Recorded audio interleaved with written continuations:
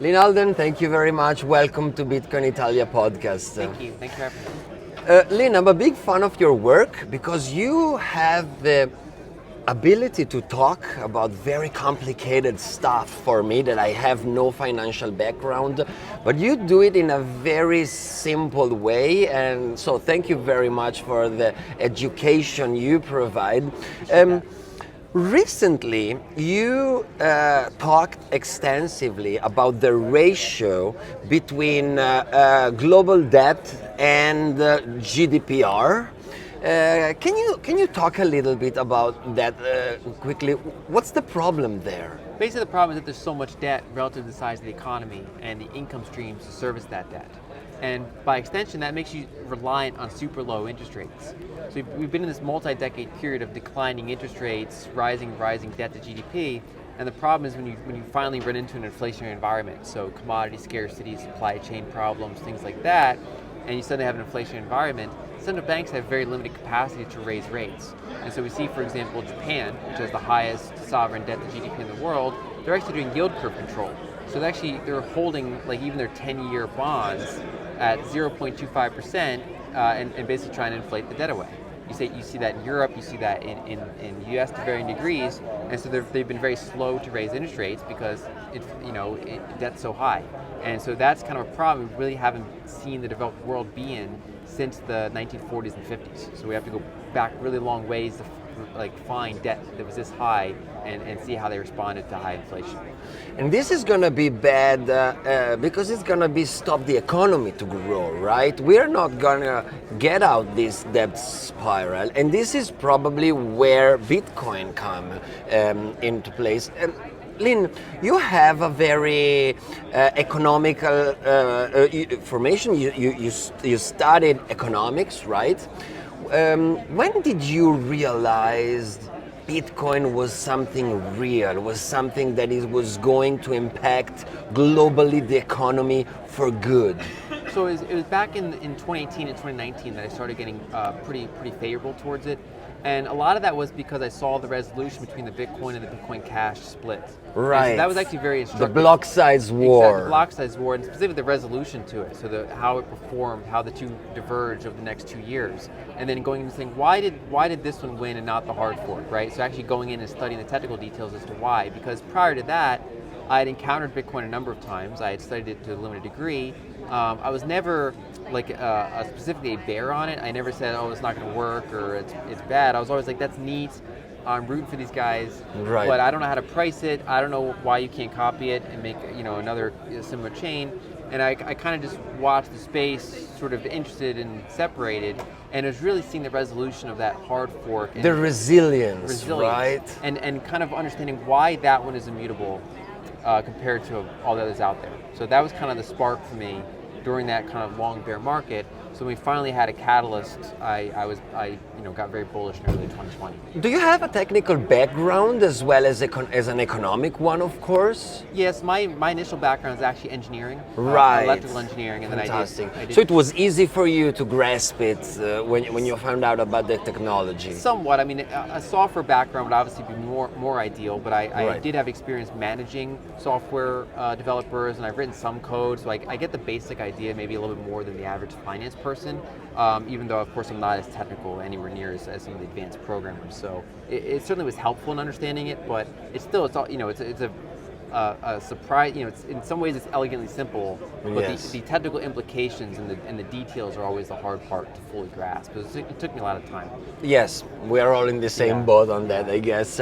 Yesterday, Jack Mallers closed the event with a huge announcement on the main stage. Strike just did this deal that is gonna bring lightning payments in a lot of huge chains here in the US. Unfortunately, at the moment, only in the US. What's your take on that? I think it's an important first step, right? So obviously it's not enough on its own. You run it, like you said, it's only in the US and you have centralization issues. But it's an important first step to being able to create a fully circular Bitcoin economy, right? A fully self-sufficient economy. You can hold Bitcoin, you can spend Bitcoin on pretty much everything, and you want to see you have to have a beachhead somewhere. You have to have a start, and so the more that the Lightning Network catches on, I think that's a really big deal. We've also seen, for example, Cash App's going to further integrate Lightning, so not just withdrawals, but also inbound. And we also see, for example, Lightning Labs announced they have a protocol that they can run stable coins potentially over Lightning. I think that's important for payments, at least in the next few years. I mean, dollar is still very important for a lot of people, and so I think the combination of news we've seen on Lightning, all the way up and finishing with the Jack Mallers reveal, I think all of that's very favorable. And right now, the Lightning Network, I don't think it gets enough coverage, but it looks a lot like Bitcoin looked in 2013, where it's less perfect, it's less ossified, it's less hard, it has more problems. But it's clearly showing a lot of potential. But listening, it grew so much. Yeah. I'm amazed. Honestly, I'm super bullish on the Lightning Network. In the last couple of years, the new application, wallets, the UI now, it's so easy. We spent 2 months and a half in El Salvador with the podcast, spending Bitcoin only, so we could use it extensively every day for super small payment. We paid $20 cents of a dollar, and fees were 0.001 cents. Game over Visa. How do they beat that with their old and costly infrastructure? Is impossible. Yeah, I think in the long run it's impossible. So I think as long as Lightning continues to catch on, I think it's the more decentralized it becomes.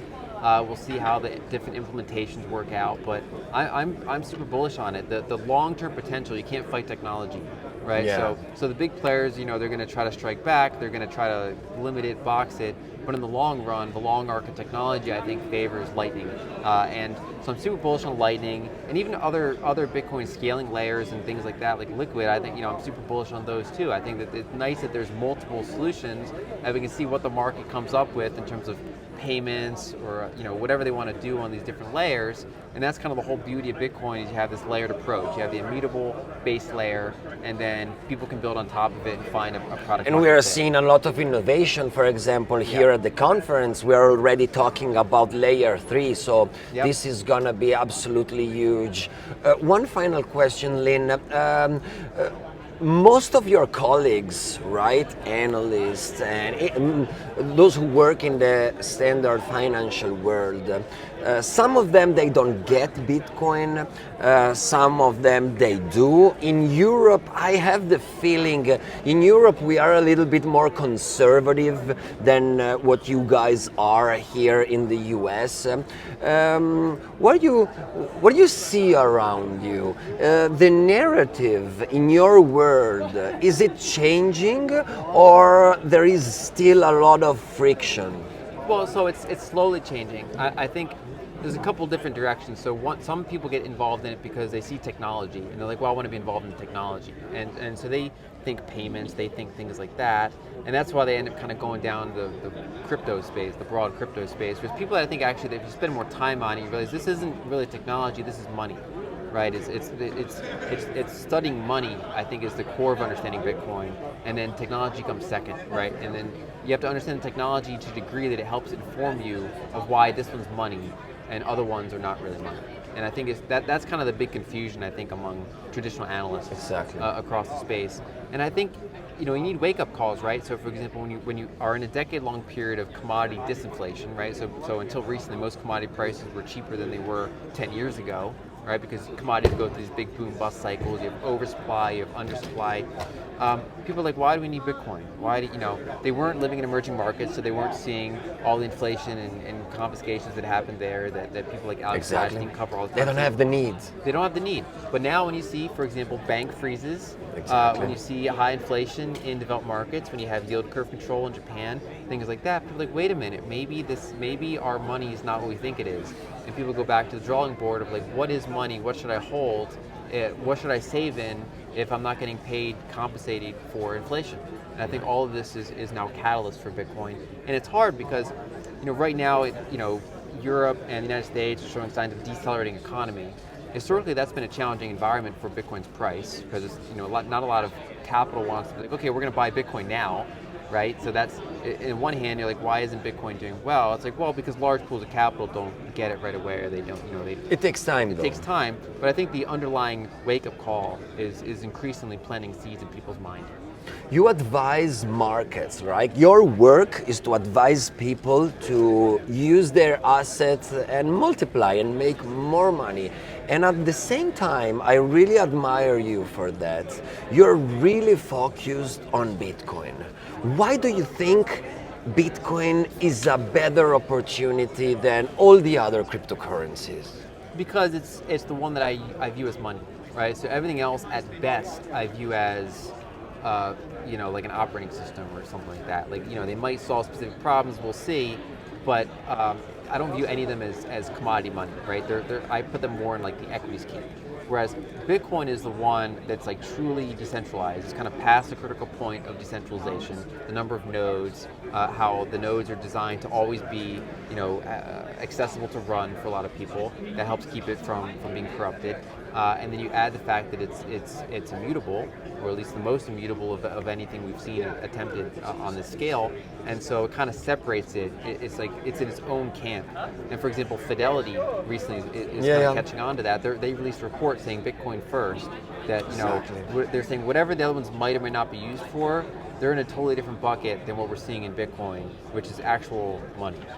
We were talking about Fidelity with Greg Foss a couple of days ago, right here. Your piece on proof of stake was great. I learned a lot with it. Guys, you have to read it.